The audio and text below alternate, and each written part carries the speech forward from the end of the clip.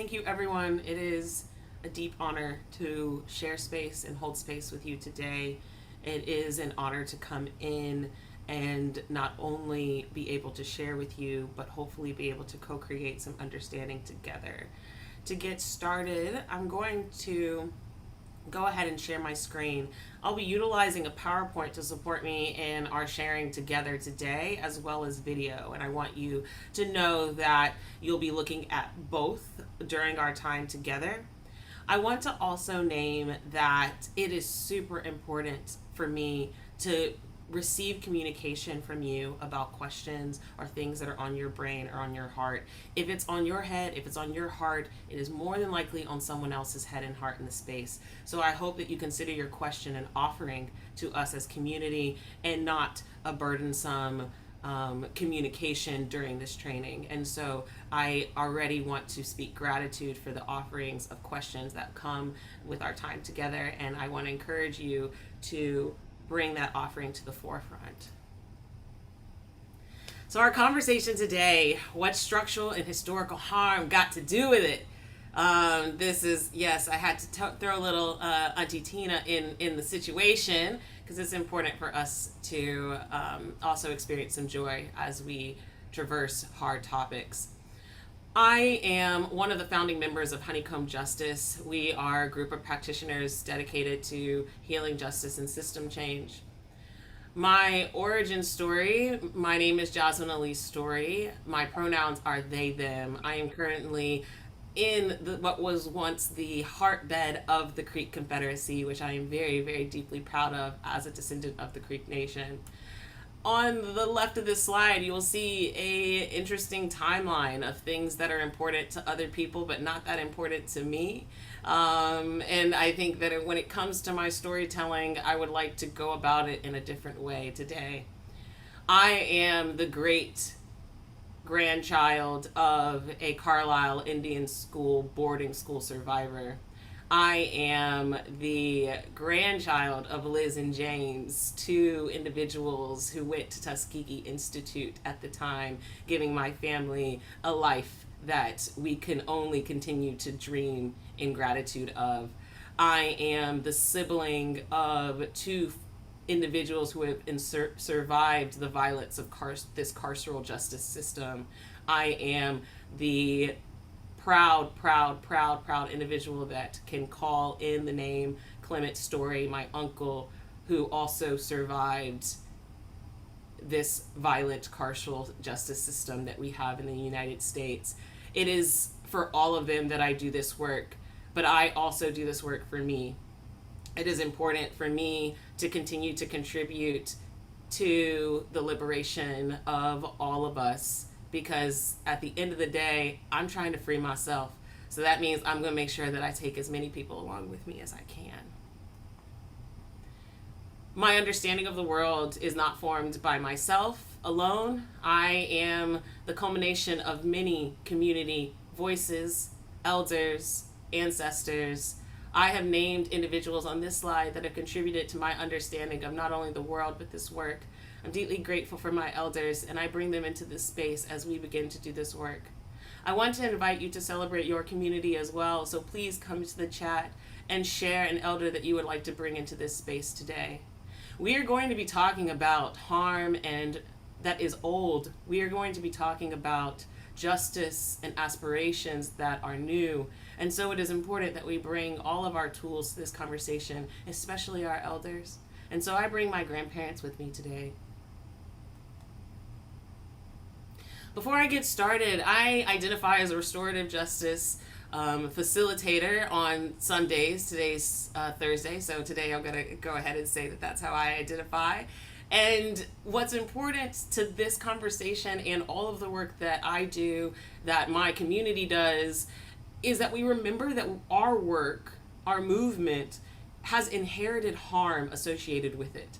And we're going to talk more about inherited harm, but it's really important to call in the restorative justice movement for the inherited harm that it has perpetuated and continues to perpetuate across this country, as well as contributing to deep liberation aspirational work. And so I lean on my elder Edward Valandra here in this quote: Though the field makes repairing harm from wrongdoing a fundamental tenet, acknowledging RJ's indigenous antecedents, example circles, is not the same as addressing or undoing settler colonialism's first harm. And so for me, for Honeycomb, it is really important that we answer this call as practitioners who benefit deeply from the knowledge of the First Nations of this continent, to find a way to actively contribute to the addressing and the undoing of settler colonialism's first harm.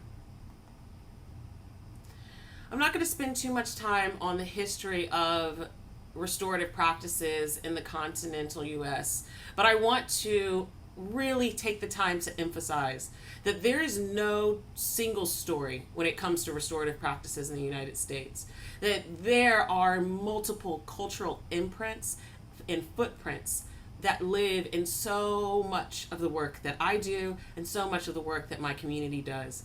And so I took the time to really think and try to honor the cultural traditions that contribute to this work, from the Mennonites all the way to the Tlingit in Canada to the Maori of New Zealand. And it's important for me to name that for the work that we're speaking about today, I'm going to be referring to processes that I consider a descendant of the Maori family group conferences. And so I utilize restorative justice conferences when dealing with harm.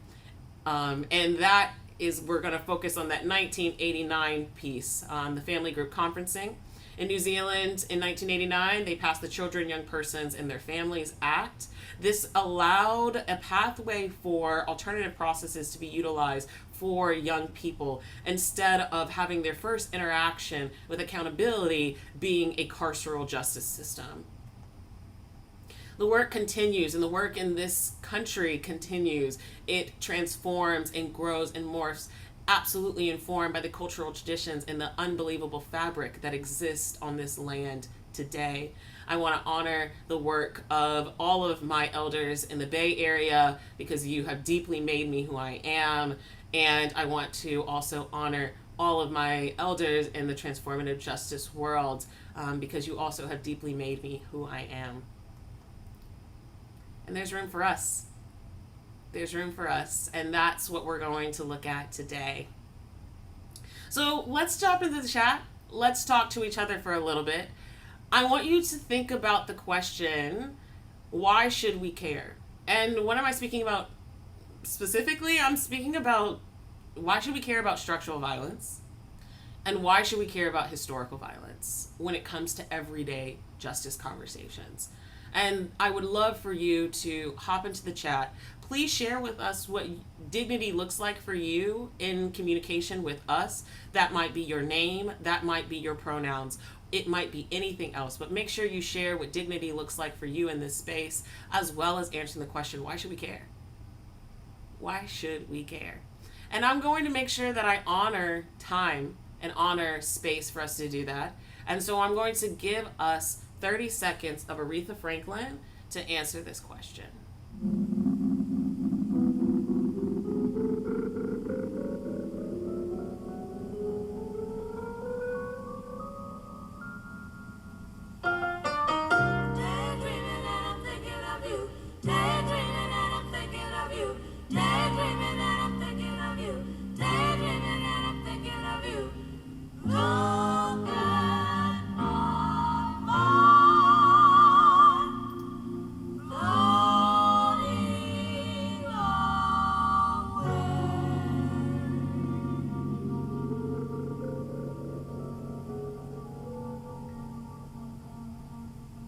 Kind of guy that would say, hey baby, let's get away, let's go someplace, where I don't care.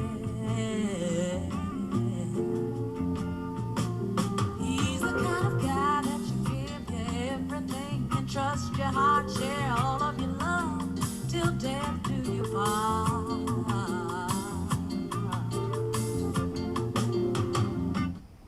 All right, just a little Aretha. I promise she will be back throughout our time together.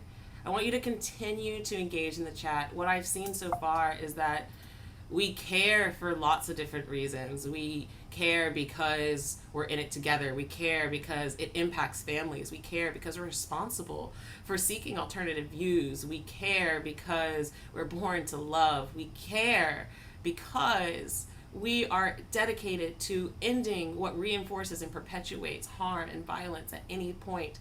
We care because the structural and historical forces that create disproportionate harm in our communities lives, and it's something that we absolutely can address. We care because history informs everything that we do. We care, we care, we care.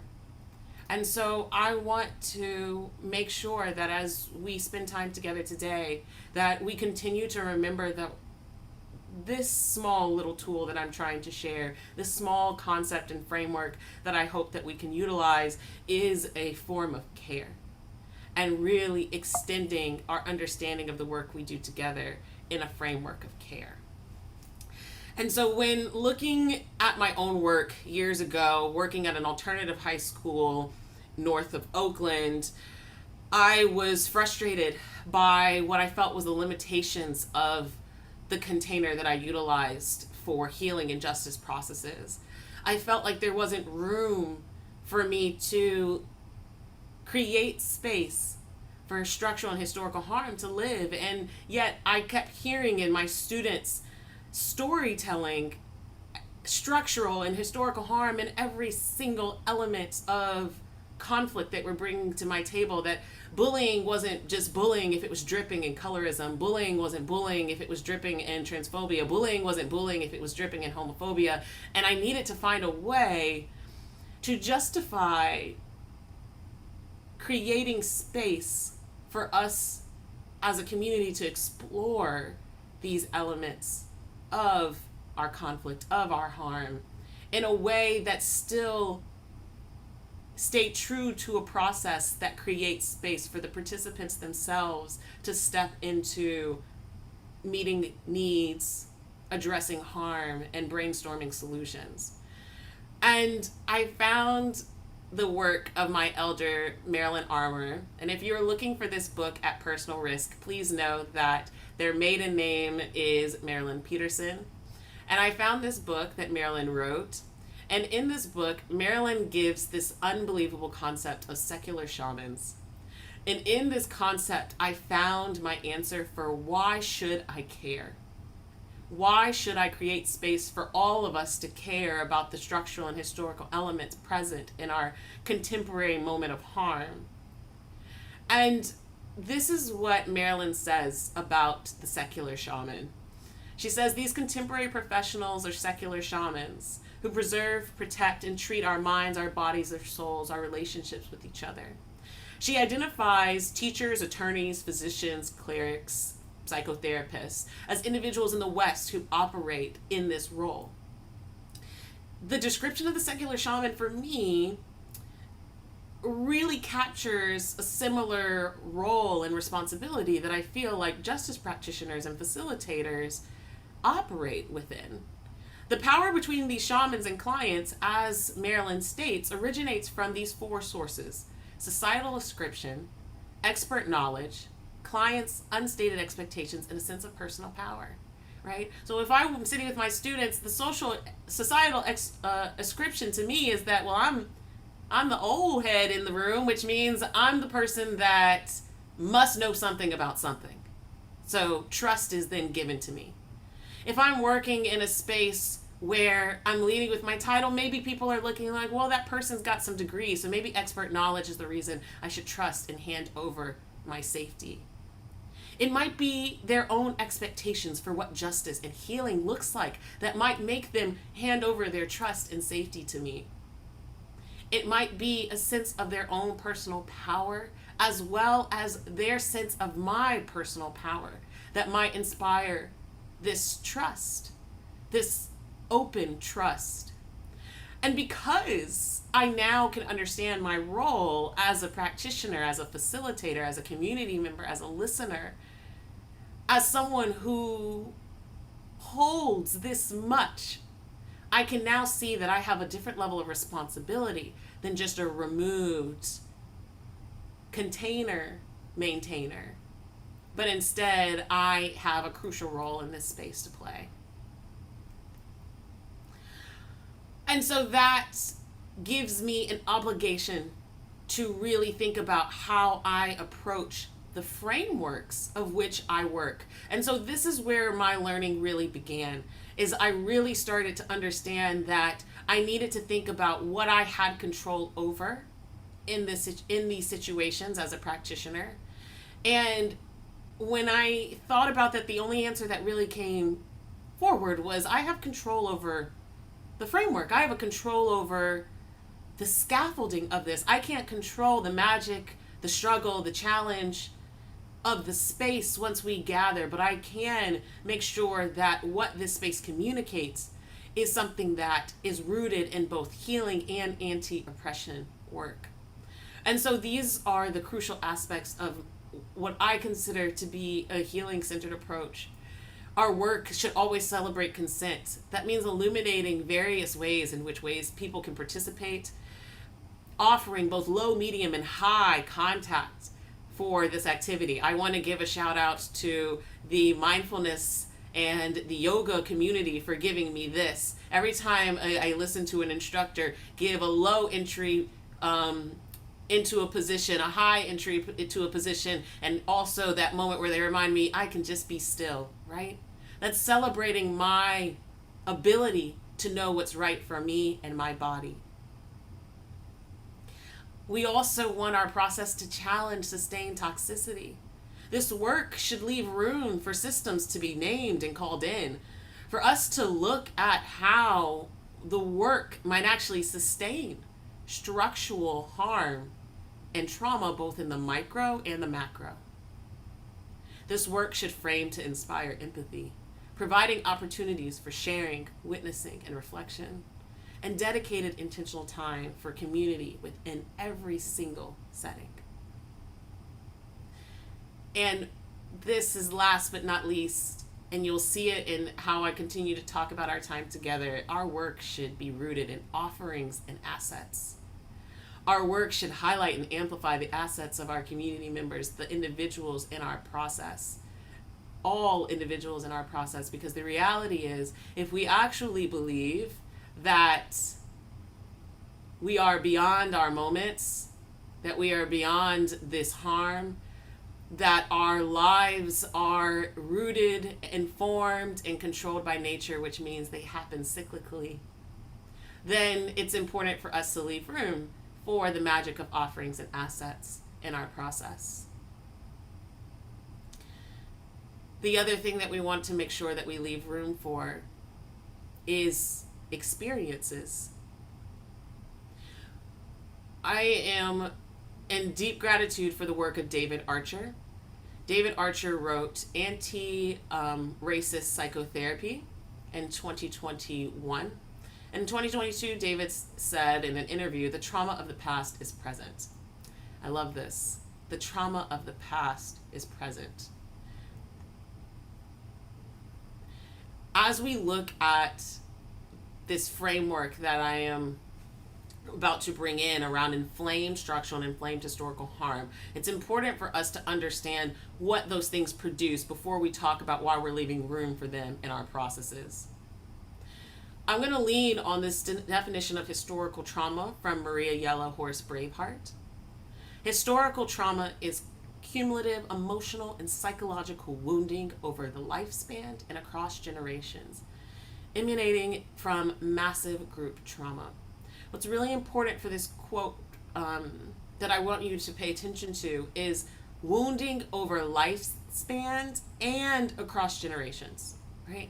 Going back to David, right? The trauma of the past is present.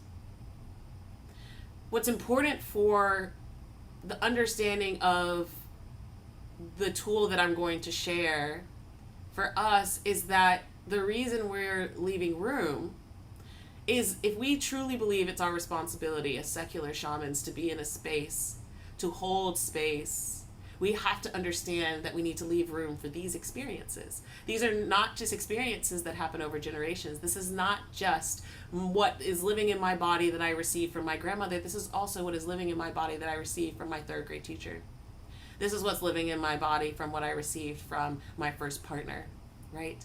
This is what is living in my body in the present, as well as that being informed, but what is living in my body that I inherited from the past. Okay.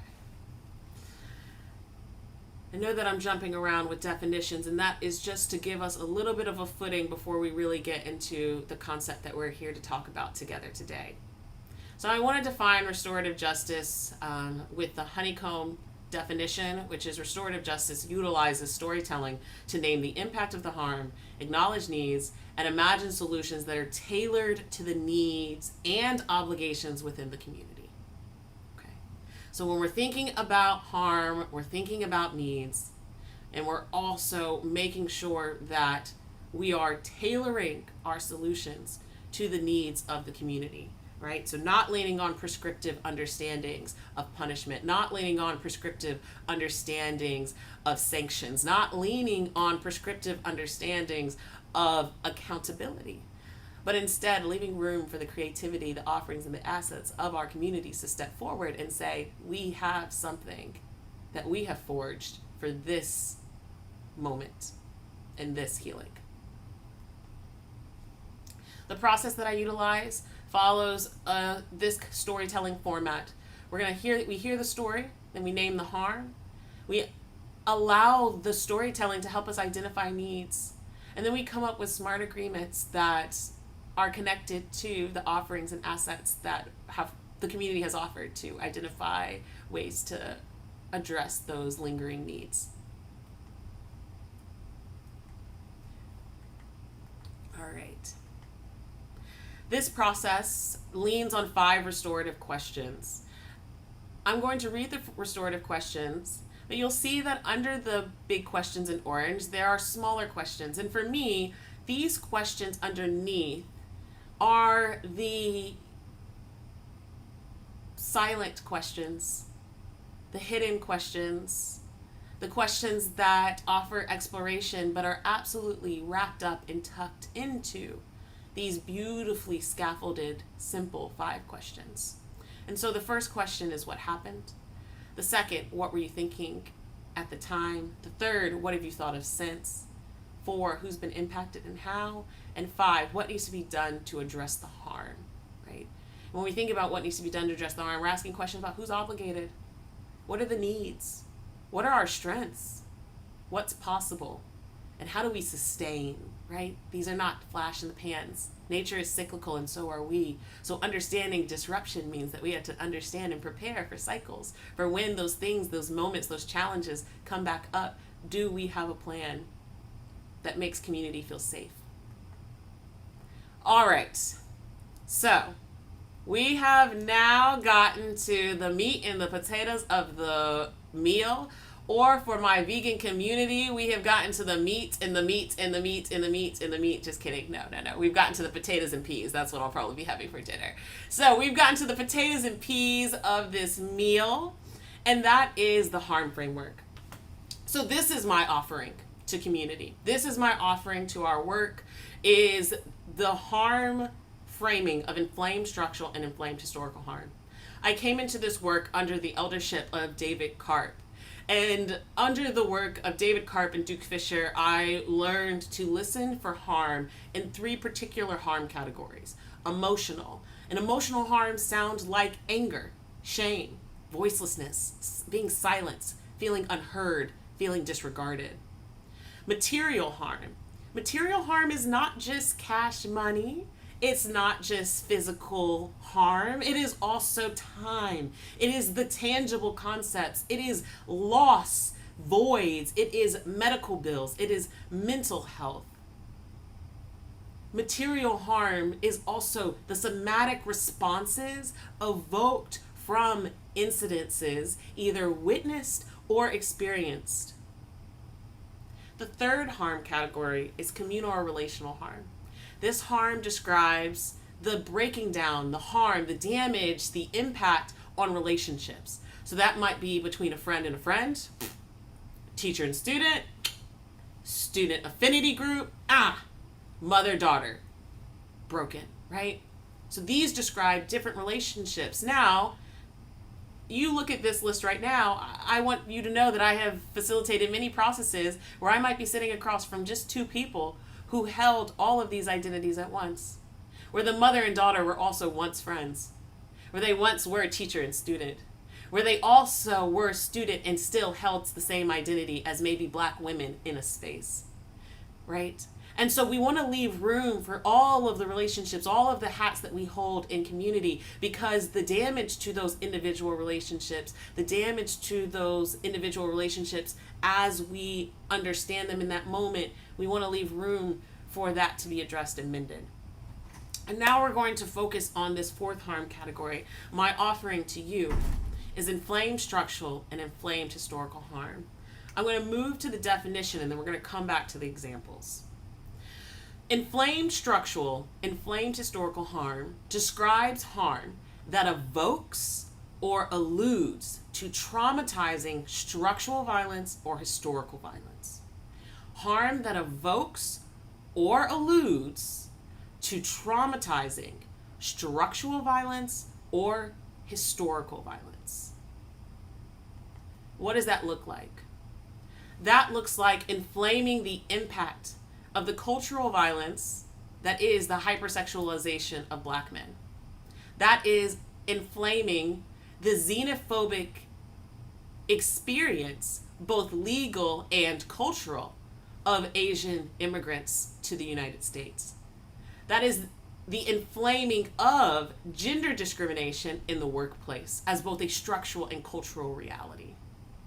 The inflaming of ability and ableism, specifically in ableist exclusion in academia, right? So what this harm category allows us to do is to look at a moment and see what wounds have been set on fire. Not just what the impact has been in the present and in the contemporary, but what about this echoes harm that is 5 years old? What about this echoes harm that is 30 years in the making? What about this echoes harm that is 400 years in the making? I'm going to lean on this wonderful graphic, and I want to acknowledge my Honeycomb community member, Casey Keith, who I know is on this call, for introducing me to Johann's harm cycle.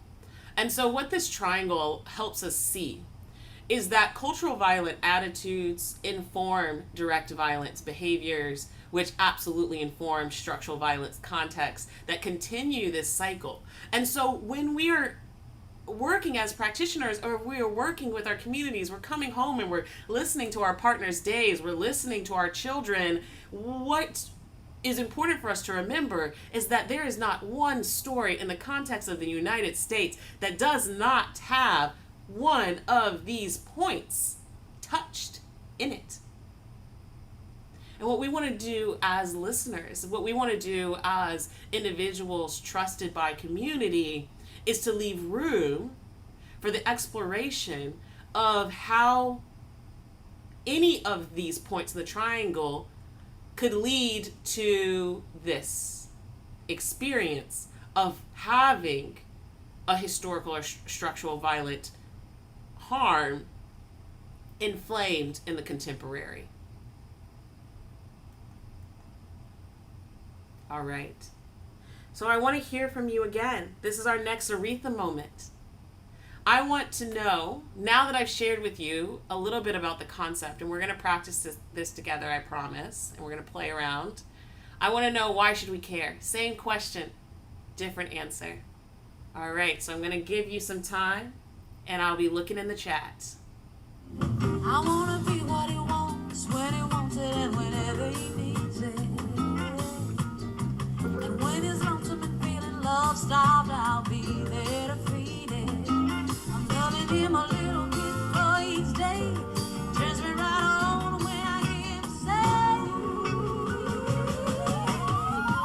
hey, baby, let's get away, let's go somewhere. Oh, baby, I don't care. Hey, baby, let's get away, let's go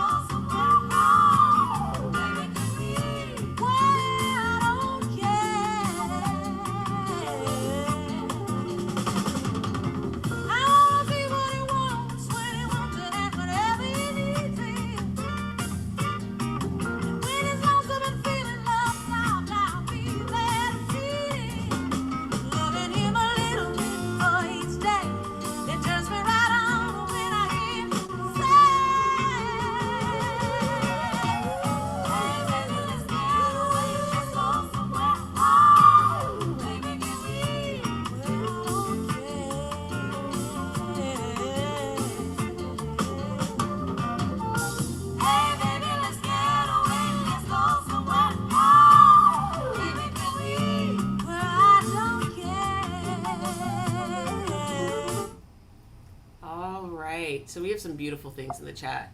And I want to just acknowledge that and speak gratitude for that. We have lots of reasons for why we care. I'm going to come back to this slide, but I want to go through and share out. We care because healing is holistic. Yes, healing is absolutely holistic. And if it means holistic, that means we got to have room for the whole. And the reality is, all of us are formed by the experiences around us, and so we want to leave room for those experiences. We care because if the wound is left alone, it festers and grows. I love that. Absolutely, right? That's what nature teaches us. For those of you who know me, know that I live on a farm, and nature has taught me that when things are unattended to, something will tend to it. That might not always be the something you want to tend to it. Ask me about the frog infestation and then the following snake arrival, right? When things are not tended to, they transform into something else. Why should we care? We care because we want to listen to these dynamics. We want full participation from people in our space. Absolutely. What else do we have here? We want to locate harm outside of ourselves, but within systems. It can be validating and affirming. Absolutely. And so on that note, I bring us back to this idea of the responsibility of the secular shaman. What is my responsibility? How do I understand my power as a facilitator? I am coming into this space with power because this community has asked me to hold space. And in that honor, I find power. And so my responsibility now becomes to deeply accept that everything I do as a facilitator will communicate one of two things: that these experiences are important for us to discuss, or these experiences are so normative that we don't have time for them. And this last one became unacceptable for me in my processes. This idea that, well, racism is in all of our work. Ableism is in all of our work. Misogyny is in all of our work. And so there's no room to focus on that part of this person's story because we really need to focus on the physical fight. Right? I reject this. It took me a long time to find the power and the strength. But in these words from Marilyn, I find the strength because honestly, I will lean on my 12-year-old, 13-year-old self and my love of Spider-Man and say, Uncle Ben taught us best. With great power comes great responsibility. And so our job as facilitators is to leave room for our participants to tell us what wounds have been set on fire and for us to communicate there's room for this. Not only is there room for this, but we are not going to just name things and leave them on the table, that we are going to eat them. We are going to cut them over and we're going to share this with everyone here. Because until we consume everything that contributed to this moment, we cannot heal what is remaining. All right, so let's get into the work. I'm going to share a video. And together, what we're going to do is we're going to utilize this video as a case study.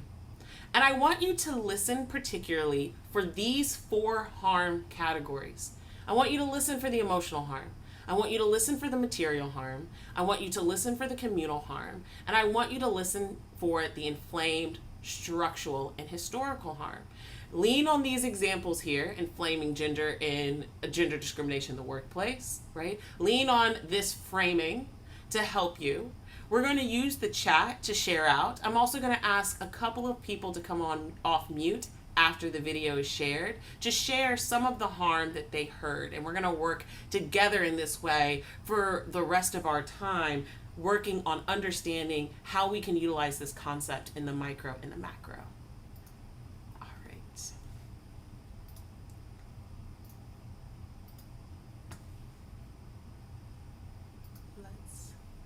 No, I keep trying to share my screen. All right. Community, could you let me know if you can see this clip? I see some golden girls, Jazz. Oh, then you see exactly what we want you to see.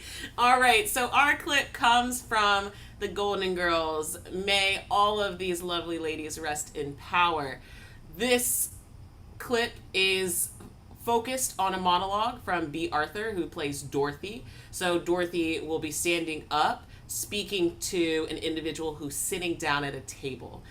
For context, just to help you, Dorothy has gone through a long medical diagnostic process with a doctor who was not clearly listening to her. And this is her confrontation with said doctor at a restaurant. You're going to have the whole video to listen to. I want you to focus on capturing the harm as you hear it, but really focus on what are those inflamed structural violences present in Dorothy's storytelling. What is the historical harm you're hearing being named in this storytelling?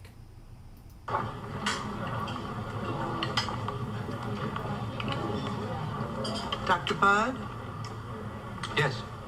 You probably don't remember me, but you told me I wasn't sick. Do you remember? You told me I was just getting old. I'm sorry, I really don't. Remember, maybe you're getting old. That's a little joke. Well, I tell you, Dr. Bud, I really am sick. I have chronic fatigue syndrome. That is a real illness. You can check with the Center for Disease Control. Oh, well, I'm sorry about that. Well, I'm glad. At least I know I have something. I'm sure. Well, nice seeing you. Not so fast. There are some things I have to say. There are a lot of things that I have to say. Words can't express what I have to say. What I went through, what you put me through. I can't do this in a restaurant. Good. But I will. Louis, who is this person? Look, miss. Sit. I sat for you long enough. Dr. Bud, I came to you sick and scared, and you dismissed me. You didn't have the answer, and instead of saying, I'm sorry, I don't know what's wrong with you, you made me feel crazy, like I had made it all up. You dismissed me. You made me feel like a child, a fool, a neurotic who was wasting your precious time. Is that your caring profession? Is that healing? No one deserves that kind of treatment, Dr. Bud. No one. I suspect had I been a man, I might have been taken a little bit more seriously and not told to go to a hairdresser. Look, I am not going to sit here anymore. Shut up, Louis.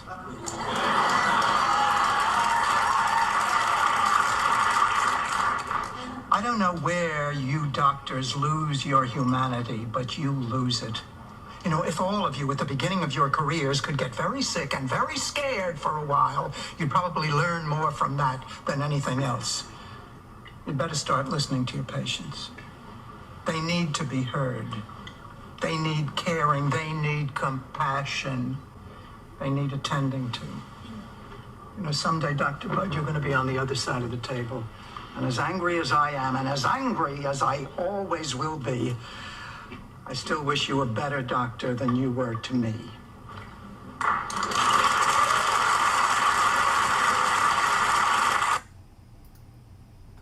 Okay. Now I'm going to stop here. And I know this clip feels very short, but the reality is often we hear stories from our community members in just 2 minutes and 50 seconds. And so, someone said, it's the wife for me. No, it's the wife for me too. Yeah, that shut up Howard is powerful. I felt it like in my whole bones, in spirit, right? Like definitely how to be an ally when your husband's not an ally. But yes, so we're going to focus on this 2 minute and 50 seconds. We're going to give it the same respect that we would give a community member coming into our space, into our homes, into our hearts with this story. And so I'm going to ask you to join me in cataloging some of this harm. We're going to start with the emotional harm. What was the emotional harm that you heard Dorothy express? Please feel free to drop it in the chat, but I would also love, please remember that we're being recorded, if you would come off and share an emotional harm that you heard. I will start off and model. I heard anger.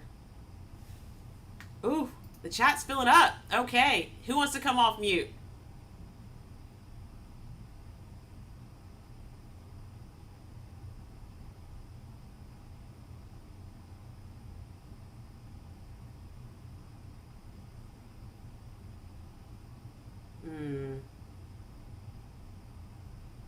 Dismissed, unheard, belittled, feeling unseen. Yes, frustration, shame, embarrassed, pain, sadness, unheard, disregarded. Yes, betrayal. Ooh, betrayal. That's a good one, right? Disrespected, grieved. These are beautiful words. These are beautiful words. Thank you. Now, I start with emotional harm when I teach this clip because it's really important for us then to jump straight into inflamed structural and historical harm. Why? Because one of the harms that always comes up when I ask for emotional harms is gaslighting. And this is really important to me because for me, this is why this tool, utilizing this fourth harm category, can be so powerful. What is gaslighting? There's the definition, there's the historical pop culture reference, but in reality, gaslighting describes a series of behaviors, a collection of behaviors that contribute to denying someone's understanding of their own reality. It's not one behavior. It is a series of behaviors. And when I stumble upon words like gaslighting in this work, it's important for me to be like, no, if we're going to mend this, if we're going to actually understand the harms and the needs attached to the experience of being gaslit, we have to break down a concept as big as gaslighting into real, small building blocks of harm. And so gaslighting is the emotional experience of being belittled. It is the emotional experience of being betrayed. It is the emotional experience of being denied, disregarded, disrespected, right? It is the material experience of loss of time. It is the material experience of somatic confusion, right? When someone's being gaslit, they know in their body what is happening is not right, right? So that's the material harm. The relational harm between when it comes to gaslighting is not just between the two individuals we're talking about. It's not just Dorothy and the doctor. It's everyone who Dorothy had to then go speak to about what they were experiencing. It is every doctor Dorothy then goes and sees afterwards. It is Dorothy's whole experience with the medical profession. And now we get to the fourth harm category: inflamed structural and historical harm.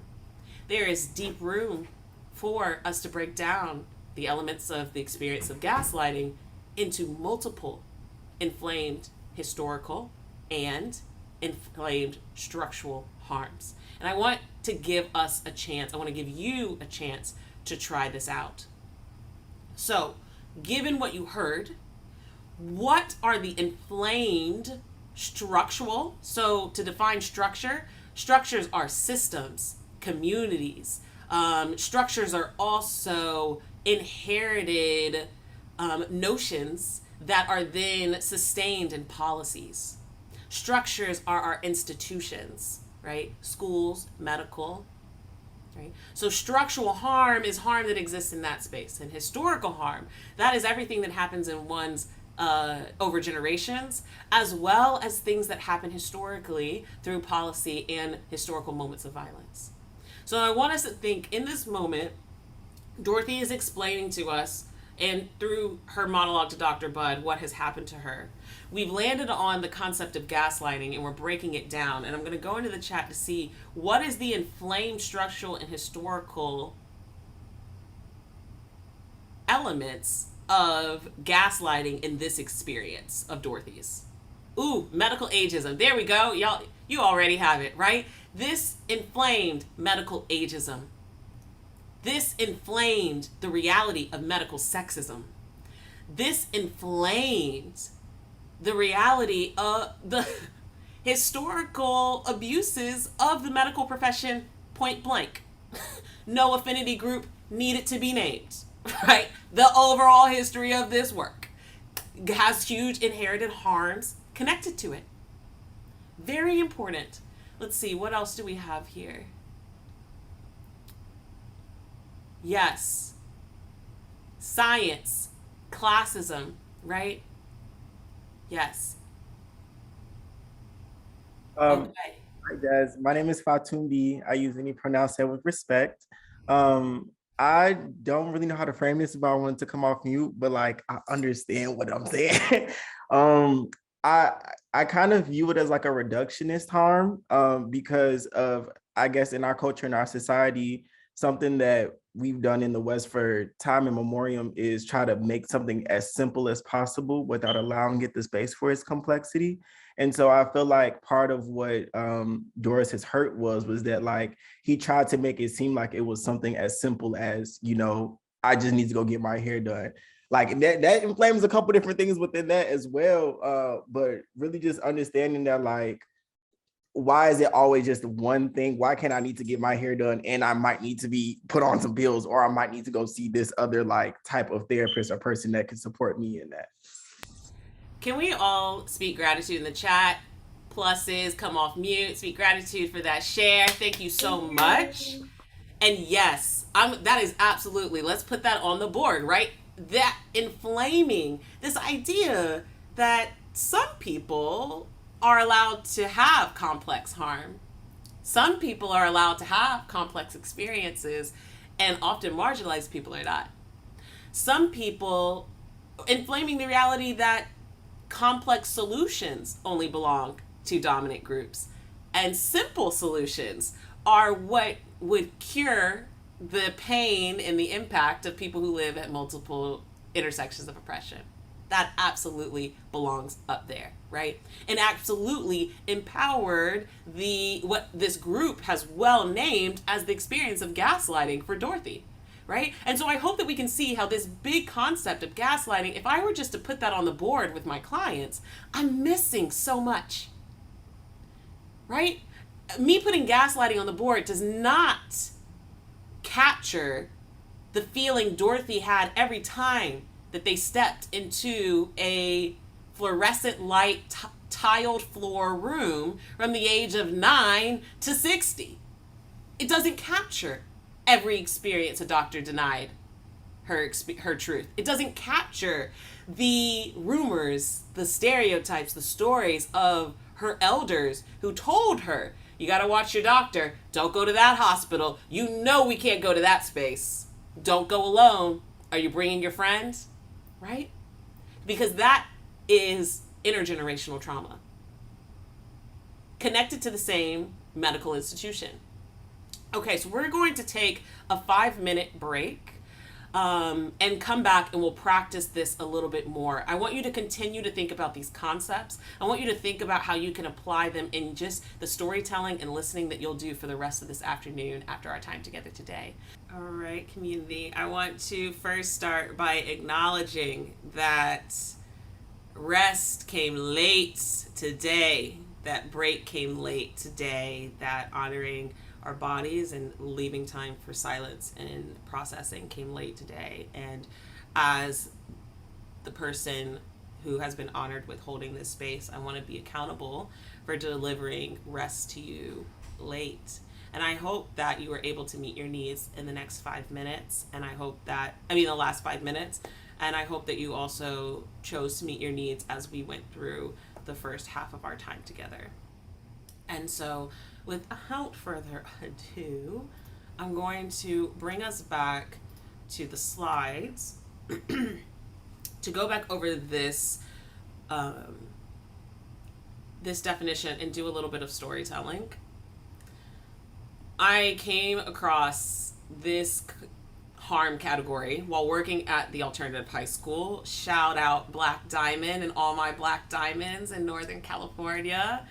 I was working with a student who had utilized language that actively negated, disregarded, and harmed her fellow students in relation to their ethnicity.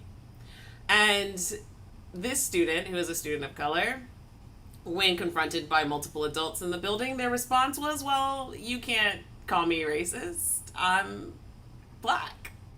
And this student, being unbelievably intelligent and a real student of humans, knew that line alone was going to get her passed either to the next teacher, or that teacher was going to just crumble under the challenge and walk away from this situation, which is what they did. Eventually, the student landed in my office, and I also was challenged with the tenets of my work being inquiry-based, asking questions, leaving room for people to explore and journey to their own conclusions about their relationship to the community that they're in. When I really wanted to just say, you know, what you're saying is wrong, and it hurt in my body, this constriction. And I struggled to find ways of asking open-ended questions to help this very smart student walk into the invitation of accountability that was being offered to them. So I tried this, I tried that, we explored the harm, we got to the emotional piece, they got that, the relational piece, they got that, but the emotion was always light. It was always other people's feelings are hurt, right? Not any deep understanding of the active xenophobic and racialized language that they were utilizing on purpose, because they knew exactly the type of harm that they were attempting to create, because they themselves were looking for a very specific outcome from their own behavior. And so eventually I'm sitting with them, we're in my office, we're laughing, we're trying to figure out, they are entertained by me, I am entertained by them, and I just sat there and it came out of my mouth because it is what it felt like in the classroom. What do you think you have inflamed in this moment? And she let out a cackle. Her head threw back, her mouth open, and she laughed. And then I was like, would you agree that you're inflaming the xenophobia? I use whatever language I would have utilized in this high school setting, of this political moment. This was right around Trump's right after Trump's election. So you understand, inflaming this political moment. And the student laughed and they're like, yeah, I see that. That was something they were willing to be accountable for, because that was accurate. That student was not going to be accountable for something that didn't feel accurate. They knew what they had done. They did it on purpose to meet a need, to meet a communal request, to receive the attention that was connected to a need that was going unmet in many ways for that young person, right? And so when we got to this point of the question, they were able to say yes because it felt true to what they were doing. That's what they were doing. They were inflaming this political moment. They weren't using any language they hadn't heard the future president use. And they were doing it on purpose because they knew their classmates were scared, and they also felt isolated and removed from this collective affinity experience that happened in their classroom they were isolated from. And that was their way of acting out and acting in. And so because we were able to land on language, on a description of the harm that felt true to them, we were able to then build solutions that were tailored to meeting the needs that would come out of this very specific harm of inflaming this political moment or that political moment. Okay. Let's see. I'm going to just hop into the chat really quick.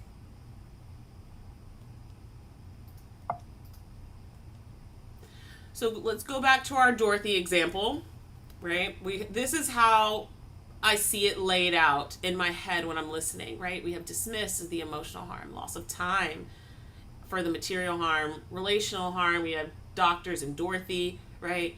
The whole, she says, I hope all you doctors would get sick once, right? That's her. She's calling the whole medical profession in, not just Dr. Bud, right? So we wanted to make sure that we name that in this moment, this man's actions didn't just impact her relationship to him, it impacted her relationship with everyone who shares his professional affinity. Inflamed structural, inflamed historical harm, right? Inflaming gender discrimination in medicine. I feel like we touched this. You all did this very, very well. So I'm going to stop sharing my screen before we look at the next video, and I want to just open the floor up to any questions in the chat about this concept before we practice it again. And feel free to come off mute. Just yell, hey DJ, so I know that you're here, and I am ready to answer your questions for the next couple of minutes. There was one question that was asked early on, Jazz. That was a question about if you could expand on, can you speak to offerings and assets a bit more? Absolutely, I would love to. So offerings and assets, when we think about what does that look like in a justice process, a big assumption of the work that I do is that we all are human beings that have something to offer, period. My work, though, has to create a framework that communicates that that's the truth I believe in. And so the way that I do that in my practice is I think about offerings and assets. And so an asset is anything that any individual holds, a skill set, a talent, that secret thing that you know you can do, but only your grandma talks about, right?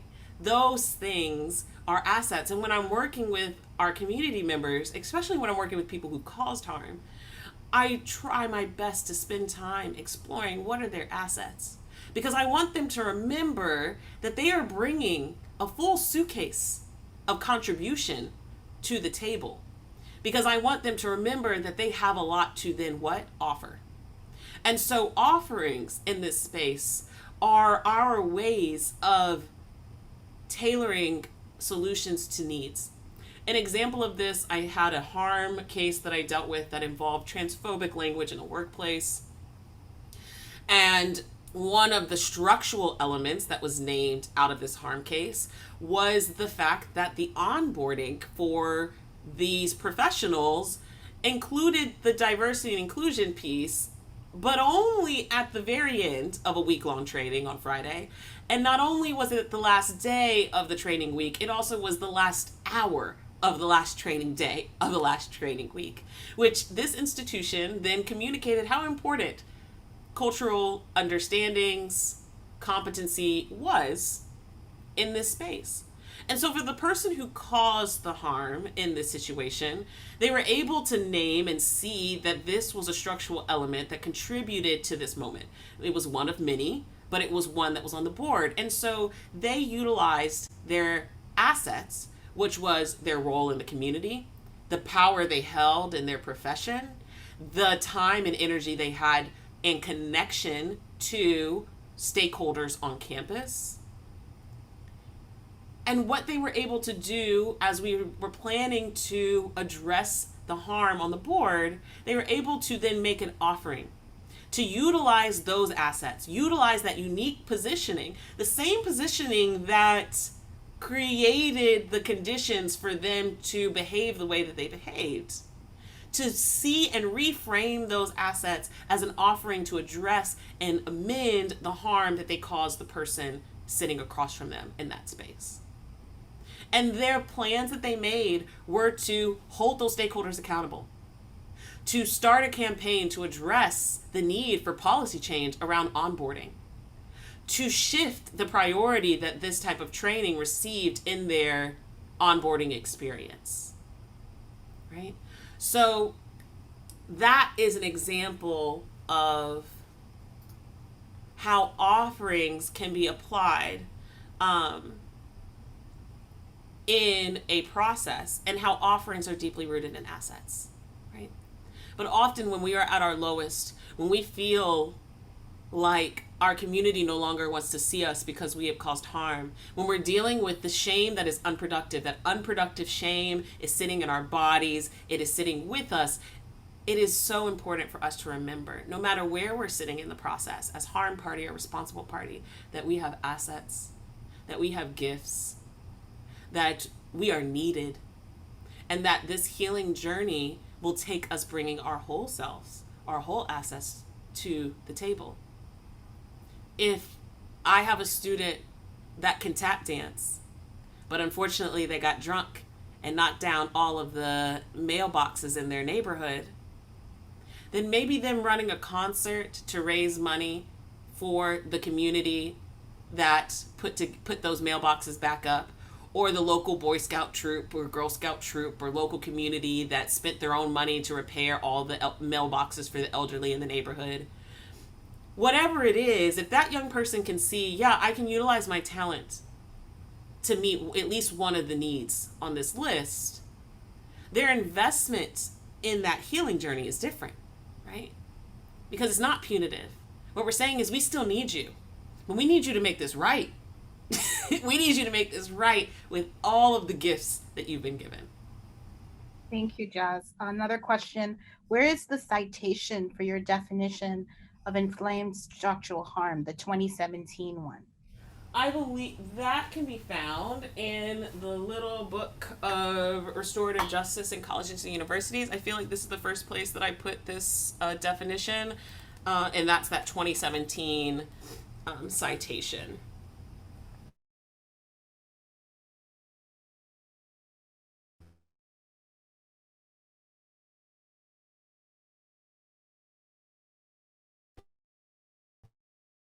Great. Right, Okay. feels kind of in alignment. Great. Yep. Okay. There's also, I think, Oh. a last question is, if the doctor was interested in transforming this harm informed by structural harm, how might that look? That's really great. So it would be really important for us to work with the doctor for them to really help us detether what are all of the structural elements that informed this moment. So not only the structural elements between him and Dorothy, right? So that might be an issue with the processes and procedures that he knows he's been told are okay for him to utilize in this space. That might also lead to reflection on his own medical education, that certain things were okay to say in his mind because that's what people told him. And when we help this individual contextualize and position themselves in their own behavior, in their own interactions and relationships to both these historical violent realities as well as these structural violent realities, what the doctor then can do is say, well, maybe what I want to do is I'm going to make sure that I start offering a course at the local medical college about bedside manner. And I also maybe take 4 courses before I teach a course on bedside manner. Maybe I volunteer with a community that actively represents affinity groups that I need to serve in this space. Maybe I work to change the policies and advocate for policy change within our hospital that will help mitigate this type of harm that I contributed to. Maybe I will take a sabbatical until I learn and know that in my absence, no harm will continue to be perpetuated as I am trying to figure out how I want to exist in this new understanding of the world that I've been invited into.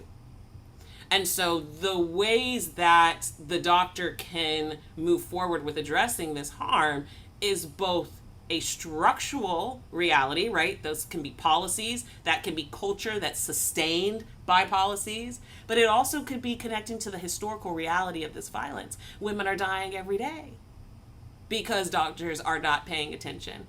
And so there's deep room for that individual to then participate in the movements, the advocacy groups, and serve at the feet of those who are already doing this work in a way that addresses the cultural and historical elements of their relationship between this patient-doctor moment. Excellent. Those were the ones I see. Thank you. Okay. So I know that we're coming close to time, and I'm glad that we had a little bit of this this moment to do some questions, because we're gonna practice one more time with a different video. So I'm going to prepare my screen. And we're going to do the same activity. This time, for the sake of time, I want you to only focus on inflamed structural and historical harm, because I want to make sure that we have this language so that when you leave here, you feel like when you debrief your day, when you're talking to your colleagues tomorrow, that you can start applying this in how you're listening to those around you. So this is a 3-minute and 56-second clip. You're going to really focus on we're going to see 3 generations in this. You're going to focus on the younger 2 generations. So you'll see mom and son. We're not going to focus on the impact of grandma. So we're going to focus on harm that is associated with mom and son in this video. This video is from This Is Us. I want to name that this video addresses both harm within adoption, within families of adopted children, as well as racial harm. So please steel your heart and prepare yourself for this conversation. Remember this trip? Your father took the twins and Randall out on the lake, remember? No, Mom, it's not the twins and Randall. It's the kids, or even just Kevin, Kate, and Randall, okay? You okay, honey? Yeah, I'm fine. I'm just tired. Well, it's not just tonight. I mean, since I've been here, you haven't seemed like yourself. Is everything all right with you and Jack? Yeah. Never better, actually. Then what's going on? Now, you don't call home much anymore. You stopped coming to see us for the holidays. You don't seem very happy. I am happy. We're all very happy. Okay, I'm sorry. I'm your mother. I'm allowed to worry. So who would have thought that Randall would be the one to get into private school?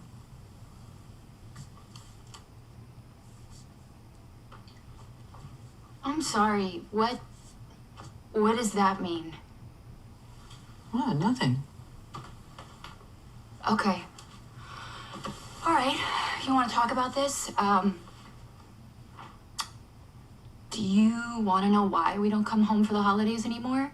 It's because of you. You constantly criticize my family. I am not a good enough cook. I don't clean well enough.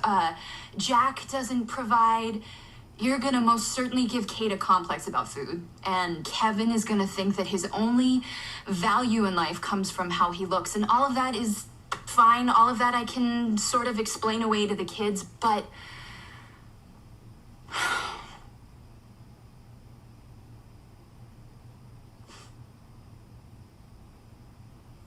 Randall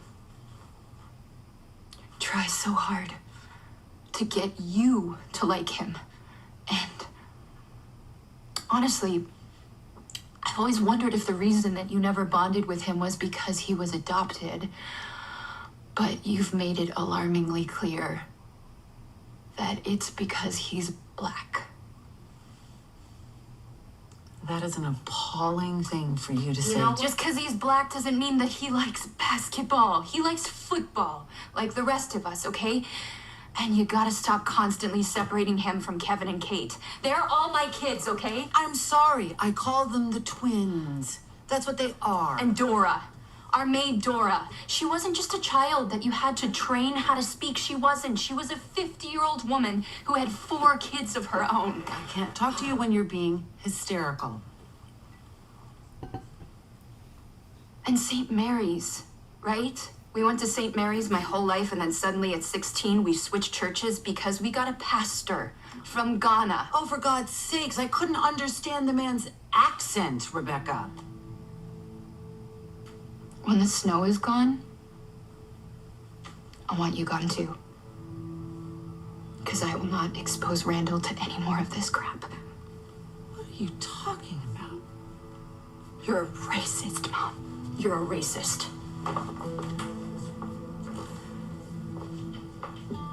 Sweetheart. Sweetheart, I thought that you were upstairs. Hey, you got my first chicken pox. Okay. Alright, let's take you back upstairs and I'll put some calming lotion on, okay?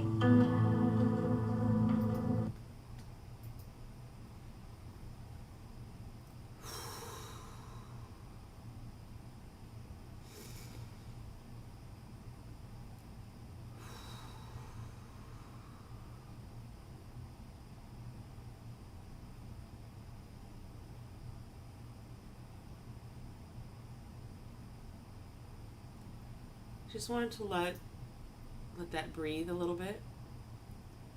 Let us breathe a little bit. Let us exhale. Witnessing is hard work. Witnessing is hard work. I want to thank you for witnessing this story, fictional or not. This story resonates, I trust, with people in this space. This story is the story of many people around us. And I now would like to honor this story with an exploration of the harm that is both inflamed around structural and historical violence. And so I'm going to start us off with something that is light and on the surface, but for me is very close to my heart. That the grandmother inflames the notion that adoptive children are not, quote, real children. Right? That is a culturally violent notion that is also sustained by structures and often then leads to direct violence. Right? Remember that triangle? So it's important to name. Right? Where do we get that from as a facilitator? What about that moment, that monologue leads me to name that? When she says, it's not the twins. They're all my kids, right? That's her communicating what is absolutely being inflamed here. This notion that Randall is not as much her child as Kevin and Kate. So that's me starting it off. Let's see what we get in the chat. What is being inflamed? What is the inflamed structural and inflamed historical harm? And I want to emphasize why in my work versus, my work, you'll see the word inflamed. It's because I want the feeling of what is happening here, right? When intergenerational trauma is evoked, touched, activated, it burns, and it burns long. It lingers long. It transports the body into space that feels unsafe, uncared for, right? So when we're thinking about what has been set on fire, what is historical, what is structural that has been set on fire with the words of this grandmother in this conversation? Yes. Inflaming this expectation that of achievement and lower intelligence from Black children, right? Inflaming nativism with the Ghanaian pastor, right? Inflaming the equivalency between accents and intelligence, right? We have infantilizing the maid, absolutely, right? Dora was not an adult because Dora did something I trust that this mother does not do, which is speak more than one language. Right? So inflaming this understanding that English as a second language is a detriment. What else was inflamed in this story? I don't really know how to word this, that's why I'm coming off mute. But the idea that the mother knows better about what's going on than the daughter does in her own experience. Yes. What a powerful power dynamic that they just threw out there, right? This understanding that the mother as a dominant group person, right, has more knowledge than this other family, this blended family.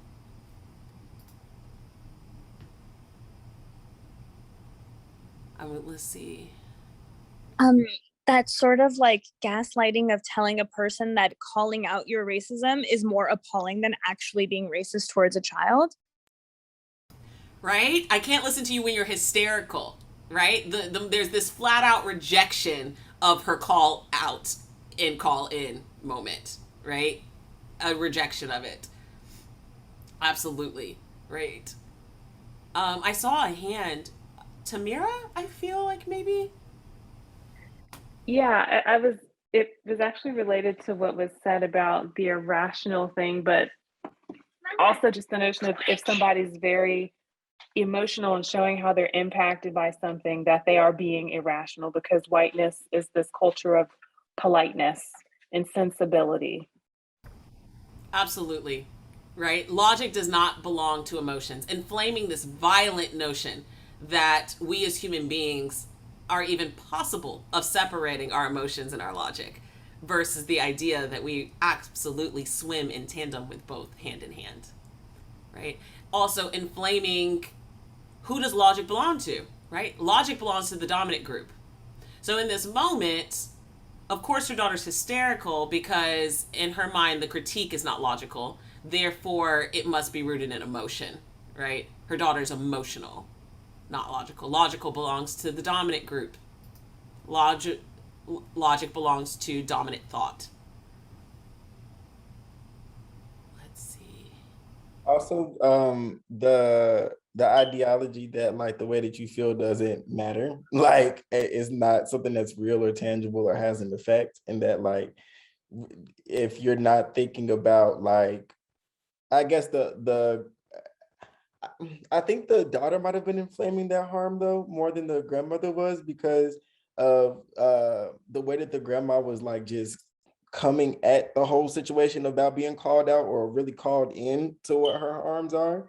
And so with that, I think that the grandmother or the mother was getting more defensive because of being called out for not allowing herself to be emotional and seeing how she's actually been emotional the whole time and like disregarding it as logic or fact.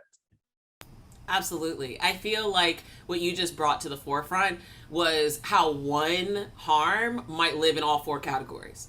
Like you just gave us a moment that, and a breakdown that lives in all four categories. And the reality is, if we're the practitioners in this space, if we don't help them get all of it right in all categories, it's very likely that we're going to see one of those dynamics again, right?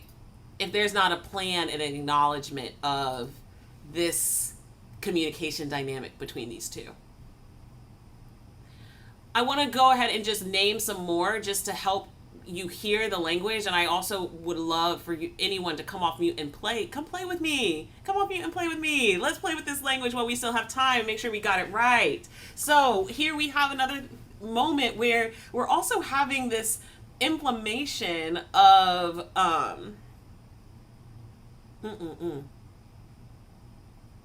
stereotypes about Black children in sports, Black people in sports. That inflames also this idea of Black worthiness, right?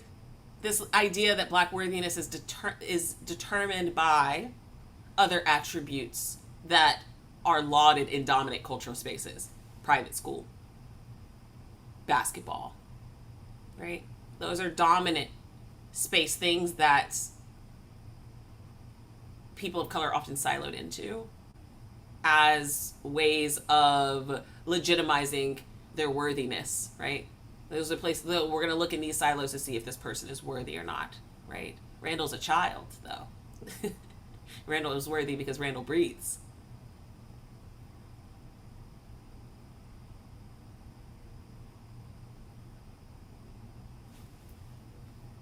Let's see what we have. Inflammation of the notion that proximity to whiteness is the only thing that can earn you safety, worth, or respect. There's a lot of proximity to whiteness that is being inflamed here, right? Mom's proximity to Blackness puts her in a different type of relationship to dominant culture. Grandma's proximity to whiteness puts her in a different proximity to perpetuating this type of violence.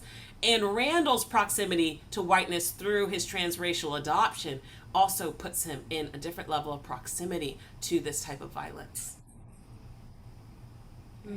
Proximity comes up in multiple ways in this moment. Proximity to whiteness comes up in multiple ways in this moment.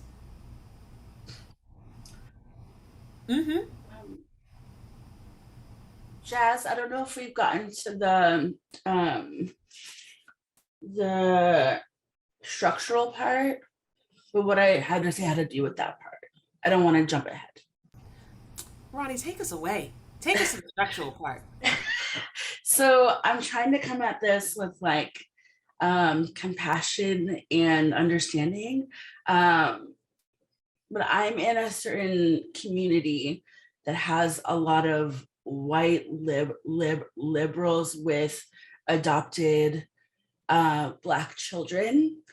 And I noticed that that there seems to be like a saviorism happening with why they chose to adopt a Black child, and the use of their child as a sign of their progressive politics. And also it comes with a lack of interest in learning about their Black child's culture, and bringing that into their family. And I do feel like the mom in this, like she sets that boundary with her mom, which I think is good.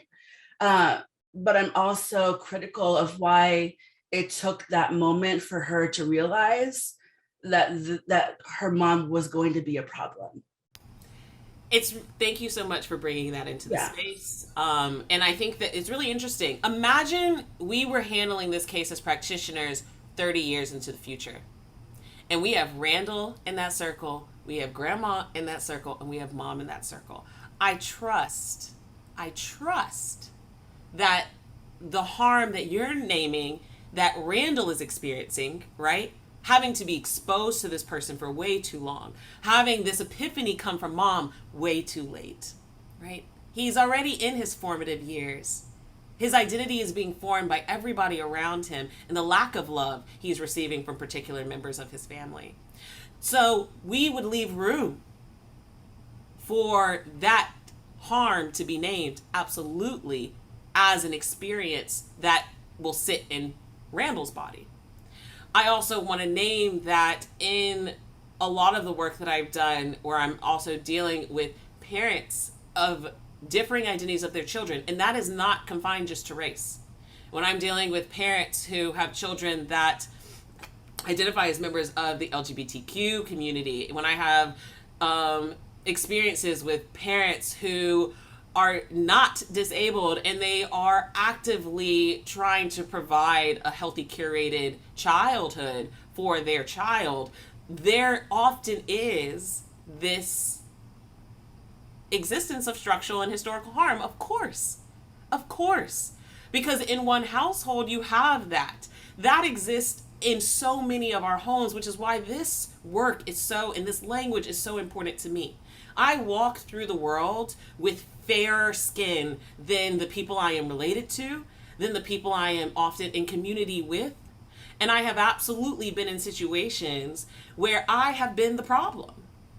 And what this framework allows me to do in our internal space is to name that it doesn't matter what my intention was, that I absolutely inflamed colorist privilege in that moment when we were just talking about who's making the sweet potatoes for Thanksgiving. That it's a reality that I, even though I deeply love everyone in my family, absolutely have the power to not see, and the privilege to not see how some of my more dominant identities might come through and inflame a historical harm for someone that I even share deep affinity with. And I think that what is challenging and about doing some of these cases or having some of these dialogues for me prior to having this tool, this language of inflammation of these harms, was running up against the same look that we just saw in the video from grandma, where it's like, not me, racist, not I. And it's because when I'm trying to to put this language there, right? When just like she does, "You're racist, mom." What's happening in this moment is mom is choosing to reject this identity that has been ascribed to her. And in this rejection of this identity, she also then chooses to reject the invitation to accountability. And so what I try to do with this framework is say, look, I don't, just like the little girl that I talked about in the high school who refused to be called a racist. Right? She's like, I'm black. What you're not going to do is put that power dynamic on top of me. What she was able to walk into was accountability for all of the ways that her words were inflaming real historical and structural things, and a lot of that being deeply tied to anti-black and anti-brown racism. And I think that that is why, for me, in my personal, in the micro, I deeply lean on this tool for self, because I run into these moments and I'm like, how do I deal with you right now? I really don't know. All I can say is I would really like to invite you in to tell you, like, what's being inflamed right now. Because in reality, it shouldn't be hard for a mother to step into understanding, or at least a dialogue about inflammation of something old, because in reality, what the harm, naming of it in this way does, is it provides them with also a clear line of education, right? So I'm not only framing my inquiry in a space where I'm going to leave room for structural violence and historical harm, I'm going to give you back the harm I'm witnessing in a way that leaves you a real clear Googleable line to getting educated real quick, right? Like, Mom, you are inflaming the impact of non-supported transracial adoption in this country. It's real, right? So inviting mom to say, like, this is something you're inflaming, right? Because then what we can do is we can make a plan to address the needs that have been created from this inflammation.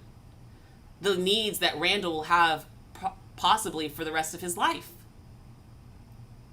One thing that in a process that I did working with a similar, like a situation where we had transracial adopted family, one of the plans that came out of that space was the parents taking dedicated time and energy to create an environment for their child, even if that meant them packing up their house and moving, that was reflective of their child's lived experience, so that they also had elders around them that spoke to their heart, spirit, and their experience, right? And that being a decision that was made to address the structural harm of their lack of preparedness before welcoming this child of color into their home, right? And that being something that they could walk into with productive shame and not unproductive shame. Productive shame being something that inspires them to make things right. Unproductive shame is what we see when we retreat, when we hide, when we pull away, and we deny other people's experiences or impact. We're coming close to our time, and so I want to make sure that we open it up for questions. I know that there are probably questions in the chat, so I am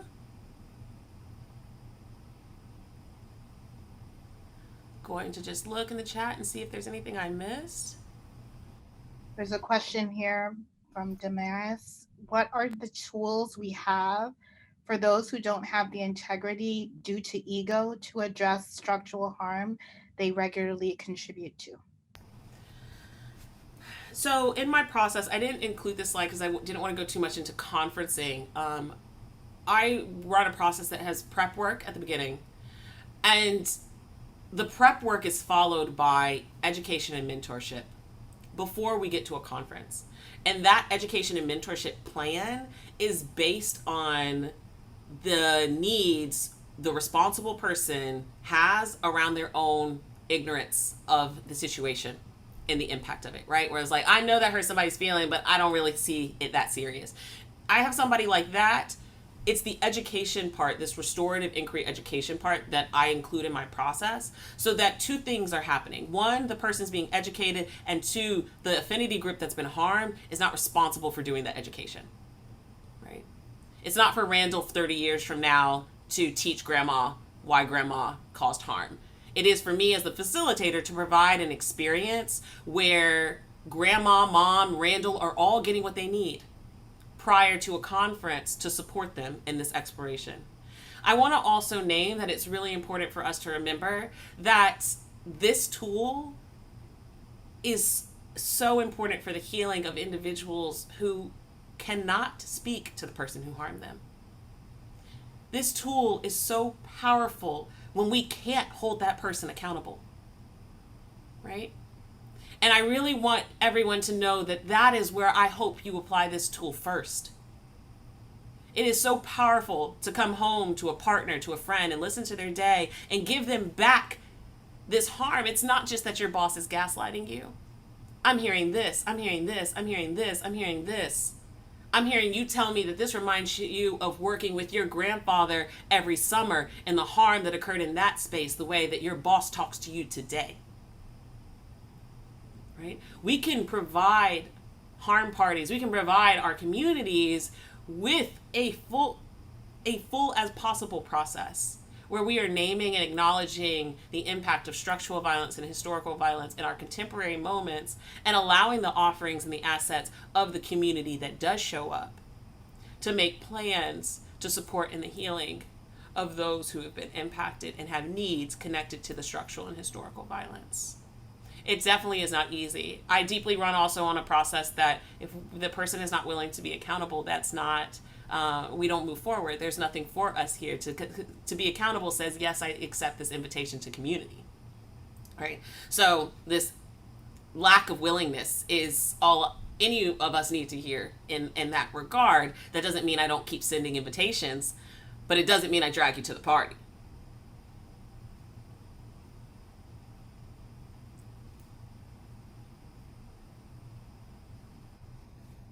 I don't see any other actual questions in the chat. Are there questions that people have that you've dropped in here?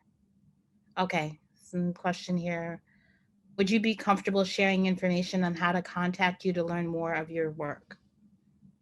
honeycombjustice.org. You can find us there, and if you're an Instagram person, Story is my name. Is my Instagram handle. Story is my name, because it is. I want to thank you all so much, and I want to pass it off. Thank you for your hard work. Thank you for holding space for Story. Thank you for holding space of the experiences of both fictional people, because they resonate deeply with all of us, real people. And I want to I cannot thank this community enough for inviting me into this space to share with you all. I am so deeply honored. I'm so deeply moved. And I really hope that this contributes positively to your work. Khalil Gibran says work is love made visible. And I trust that how you show up moving forward is an exemplary example of that. So thank you. Thank you so much, Jazz, for coming, for accepting our invitation and inviting us to learn more from you and from your communities as well. Thank you.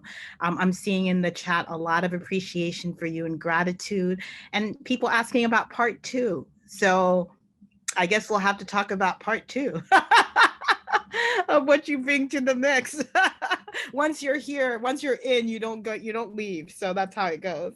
So thank you so much for that. Thank you to to everybody who supported today, Aaron, all our interpreters, our live captioner, Laura, and thank you to all of you for being here with us. Remember, the next Abolitionist Toolbox series is at the end of the month of March, so March 31st. Hope to see some of you there. And this information will be posted on the Abolitionist Tools website, which Eva will drop in the chat, so you can find more information and listen to Jazz's amazing presentation to your heart's content. And that's it for today. Thank you all so much. Again, we look forward to seeing you in future events.